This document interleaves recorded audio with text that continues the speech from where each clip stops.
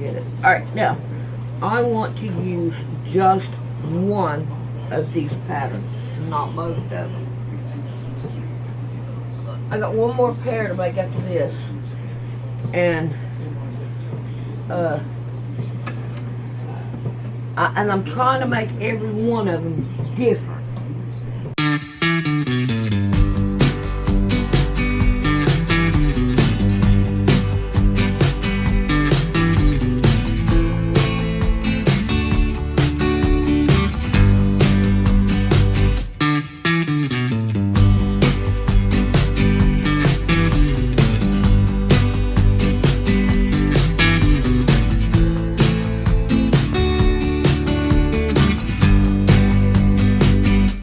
Alright, let's make a pocket.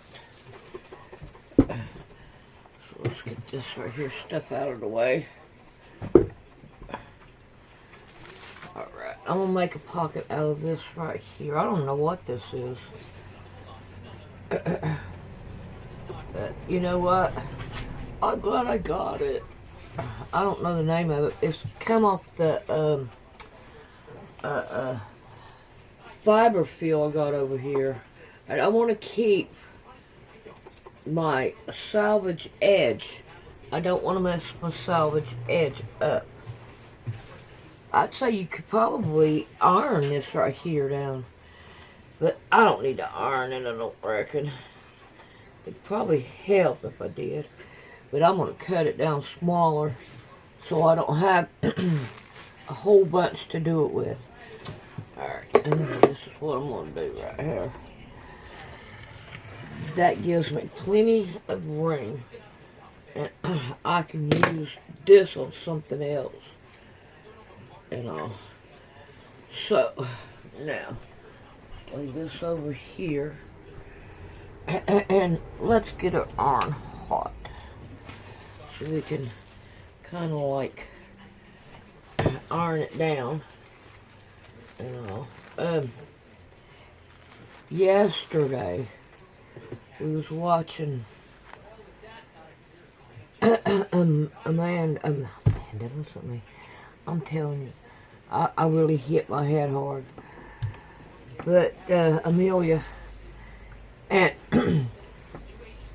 okay,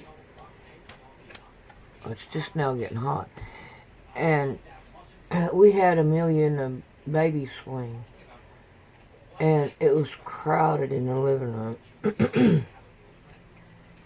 And I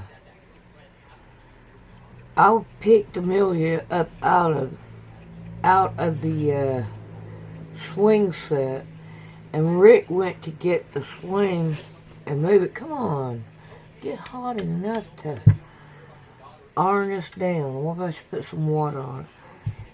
And when he picked it up, I had Amelia in my arms, and he picked the swing up, and when he did, it jerked my leg, and I fell backwards. I hit my head on the side of Rick's chair, and all this over here is so sore. I hit that. I landed straight on my back, and where I've had hip pains, I've got more hip pains. And I don't know. Alright, come on. Alright, I got this part done. I think that should be enough. Then I can put the rest of it up and use it later. But I most definitely hurt. And all. So let's see. We cut down right about there.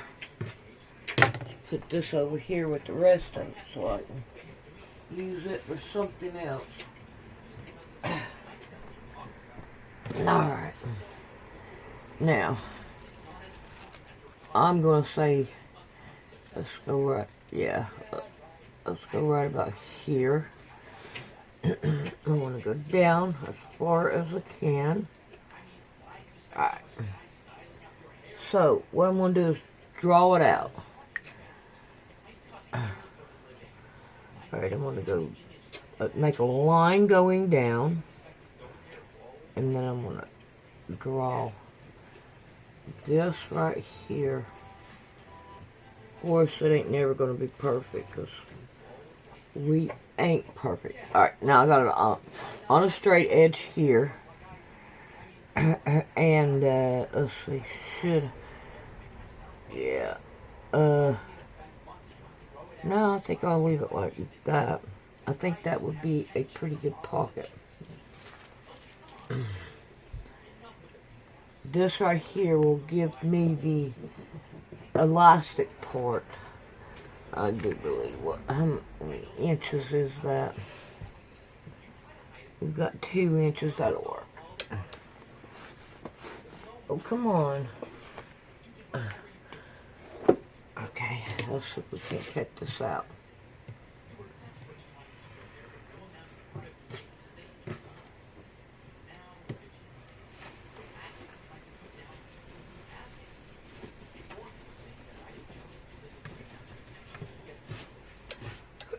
Alright, let's go cut the pants out. No, don't do that. Alright, let's get started on these pants. Let's see what we can do. How about getting them done? And now, what I want to do, make sure. I was going to start on it yesterday, but with all that happening, there ain't no way. Alright. Stick this over here. Come on. Fold right there. Alright. Well. Oh good, it didn't go down on the floor. That didn't work.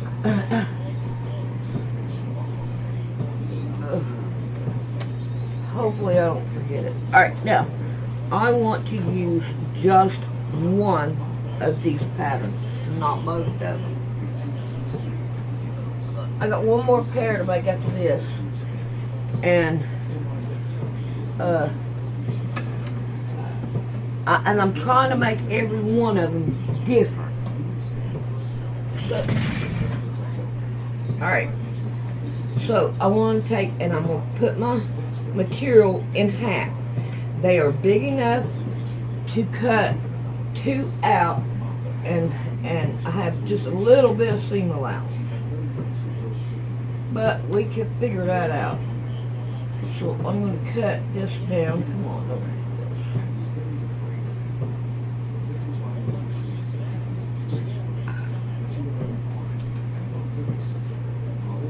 this. This stuff is not easy to cut.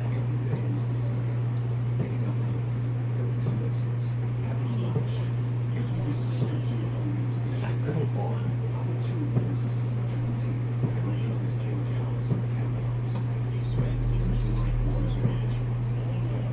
And I don't want to cut them with the shears, because the shears would make it harder to cut. Alright. Let's see what I can do here. Throw that over that way. I'm going to cut this one first. Okay. Up here at the top, and then down here at the bottom. I can't. I want to cut it on the fold. Let me find my pen. Oh. I want it to go down. There we go.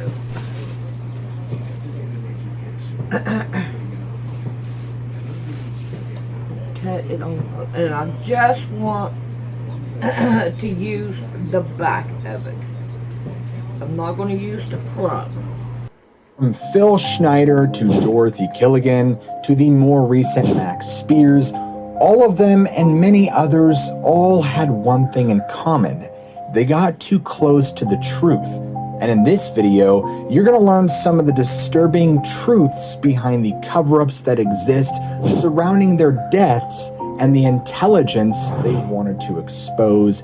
You don't want to miss this one. In the 1990s, Phil Schneider, who was an American engineer, began to share some truly bizarre claims about his alleged experiences with aliens, UFOs, and government cover-ups. Now, let me make a note real quick that Phil Schneider had an impressive background. I mean, he wasn't just some schmuck hired by the government. No.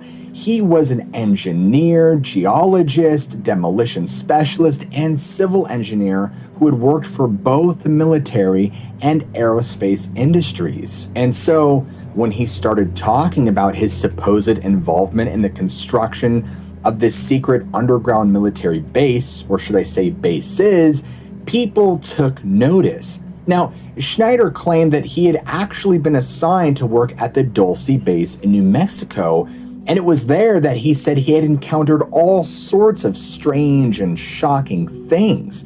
And according to Schneider, as his team was drilling down into the earth to expand the base, they accidentally stumbled upon an existing alien base hidden deep underground, and then that's when all hell broke loose. Schneider described it as a massacre. He claimed that this large cavern, they found themselves face to face with big greys, or a type of extraterrestrial being. Now, in the chaos that would ensue, Schneider said he actually killed 2 of the aliens, but the incident left him with severe burns from their alleged energy weapons, including missing a few fingers, and supposedly the radiation from these weapons alone would later give him cancer. Now, despite this violent first encounter, Schneider claimed that the US government would eventually reach this sort of truce with these Zeta Reticuli, or Greys, as you know them. Now, they supposedly signed a treaty he called the Greta Agreement, which led to Dulce serving as a kind of secret facility to house the aliens, their technology, and of course to conduct genetic and mind control experiments on human beings, as horrific as that is. Then, Schneider went into great detail about the layout of the base, describing 7 levels that held everything from living quarters and storage for alien craft to laboratories and meeting halls. He even claimed that many of our everyday technologies, as well as advanced military technology, kind of like stealth, was actually developed with the help of these extraterrestrials. But the story continues to twist. Schneider alleged that the aliens, at some point or another, had broken the treaty, and that the disagreements often turned violent. He believed the Greys were actually plotting to overthrow the government and install a new world order that would later be controlled by the UN, which they had secretly infiltrated. But that's not all, folks. Schneider even spoke of 7 benevolent alien species and 4 evil ones here on Earth, leading to the development of a resistance movement. And so he tied major events like nuclear testing and terrorist bombings to attempts to wipe out these rogue alien bases or the use of alien technology. As a matter of fact, he would actually say this: "I was involved in the expansion of the deep underground military base at Dulce, which is possibly the deepest base. It descends 7 levels and is over 2.5 miles deep. At this time, we were drilling 4 different wells in the desert, intending to tie them together, but this required blasting. My job was to go deep into the wells, research the characteristics of the black rocks, and recommend the explosives that would be suitable in each case. However, as we made our way down, we found ourselves in a large cavern that was full of extraterrestrial aliens known as the Big Greys. I killed 2 of them. At that time, there were about 30 people there, and 40 more came there later when it all started. They were all killed." Alrighty, I want to make a back pocket for a wallet. So I got this piece and I got this piece, and what I want to do is I'm going to lay this down on it, and I'm going to fuzzy cut 2 deer. Right here's 2 deers. That's the ear of one, and that's the tail of the other. So I'm going to go like that. And I want it big enough to where the wallet will go into it. So I'm going to cut this down. No, don't do that. Okay.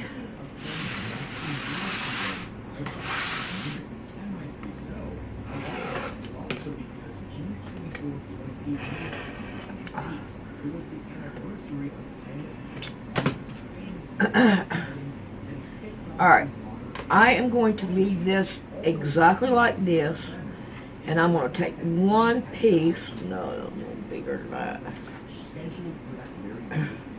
and I'm going to sew a piece down to it. We were surprised by the existence of an entire underground base filled with aliens. Later, we learned that they have been living on our planet for a long time. In my opinion, this can explain a lot of what is behind the theory of ancient astronauts. In his lectures, Schneider had made these bold claims about the US government possessing an earthquake-causing device, as well as AIDS being a man-made biological weapon that was simply created in a lab and actually used a mix of human and humanoid glandular secretions. Now, you have to remember that at the time in the 90s, when he started really coming out with all this stuff, it was extremely controversial. And to many, they sounded like the ravings of a madman. He would add this, though. The federal government currently has an earthquake-causing device. I'm a geologist, and I know what I'm talking about. During the earthquake in Kobe, Japan, there was no pulse wave, as is usually the case in normal earthquakes. She wasn't there. In 1989, there was an earthquake in San Francisco, and there was no pulse wave or anything like that either. This is a Tesla device that is being used for evil purposes. Shadow budget programs distort the essence of science as we know it. Look at AIDS. It was created by government order in a laboratory in Chicago, Illinois, in 1972. It was a biological weapon that was used against the people of the United States. I know this because I have seen the documentation of the Office of Strategic Services, which, by the way, is still working to this day through the CDC in Atlanta. They use the glandular secretions of animals, humans, and humanoids to create a virus. These humanoids have friendly relations with the government. There is absolutely no defense against what they create. It is a biological weapon with potentially dire consequences. Every alien on our planet must be isolated. Unfortunately, things would take a dark turn for Schneider. On January 17, 1996, Phil Schneider was found dead in his Oregon home under extremely suspicious circumstances. His neck was wrapped with piano wire and his catheter tube, and there were signs of torture.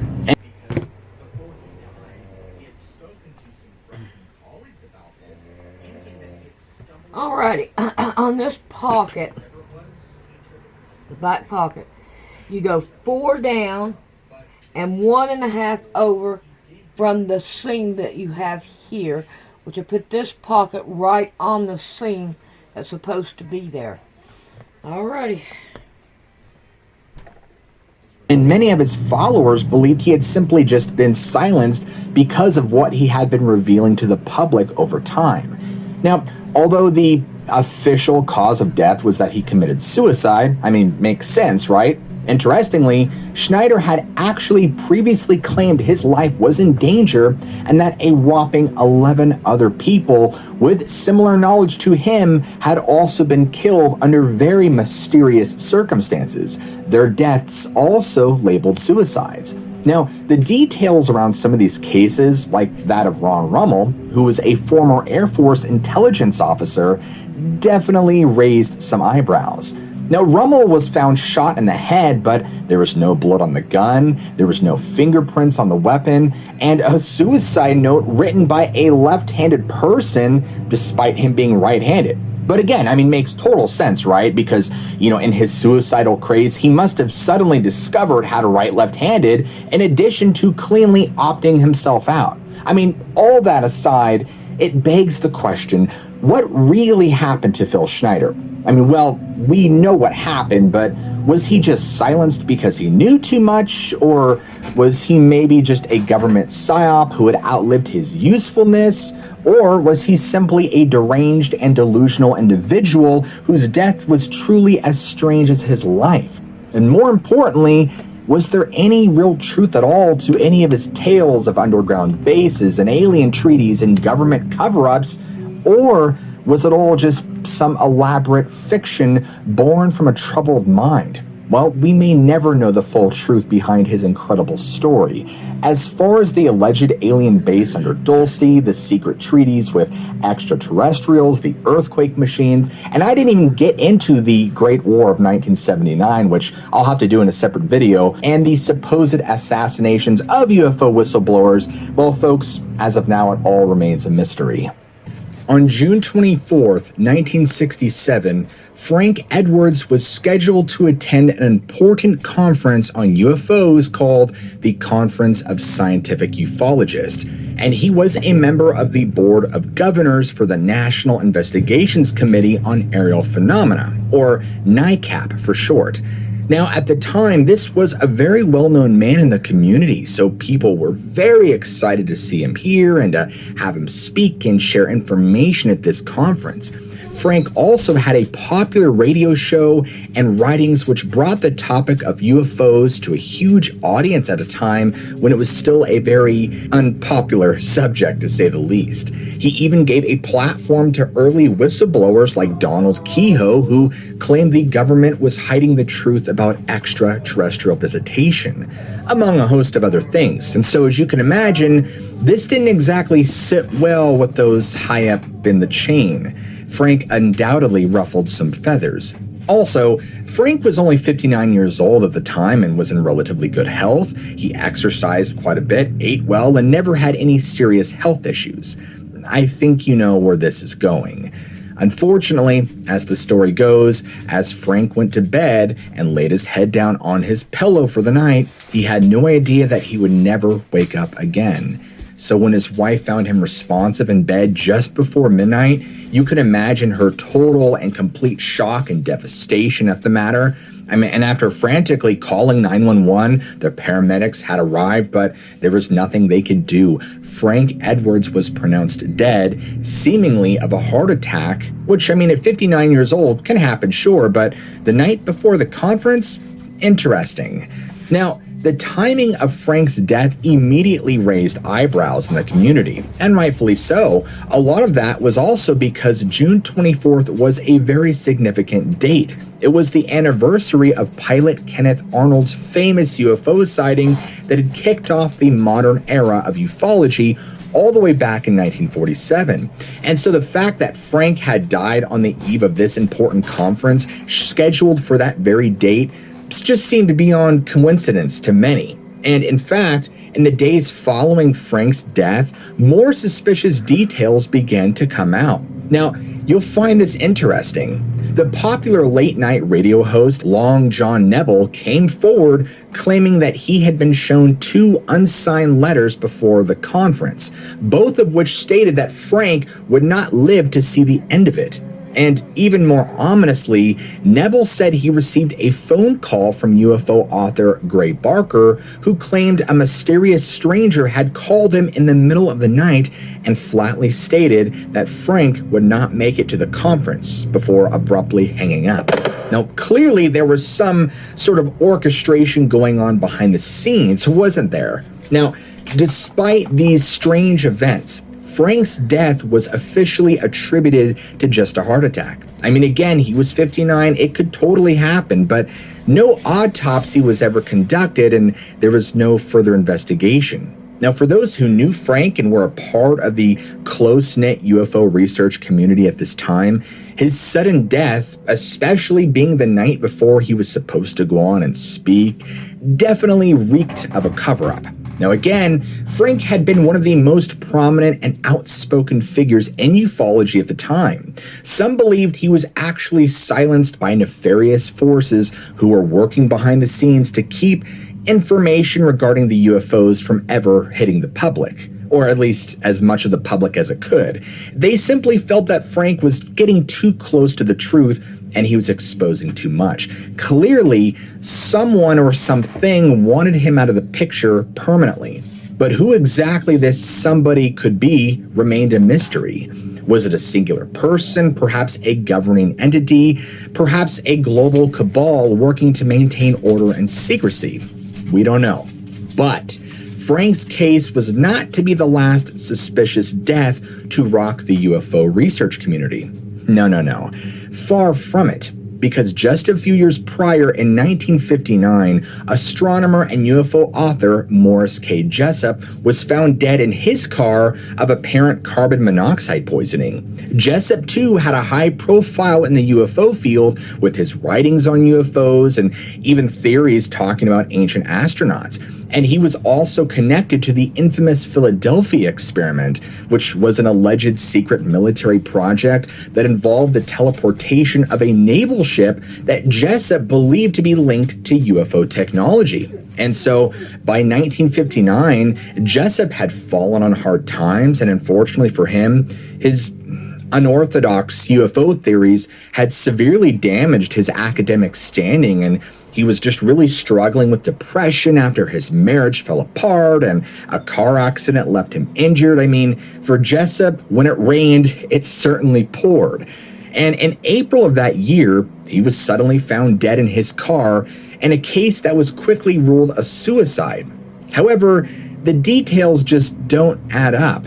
Now, it appeared as if somebody had placed the exhaust hose into Jessup's car window using wet towels, implying it was done from outside the vehicle. But if Jessup intended to take his own life, I mean, why would he have it set up that way rather than just simply doing it from inside the car? And why did the police refrain from a proper autopsy, which, by the way, was required by Florida law? Gee, I wonder who made that call. This clearly seemed like an attempt to sweep what would look like a suspicious death cleanly under the rug as quickly as possible.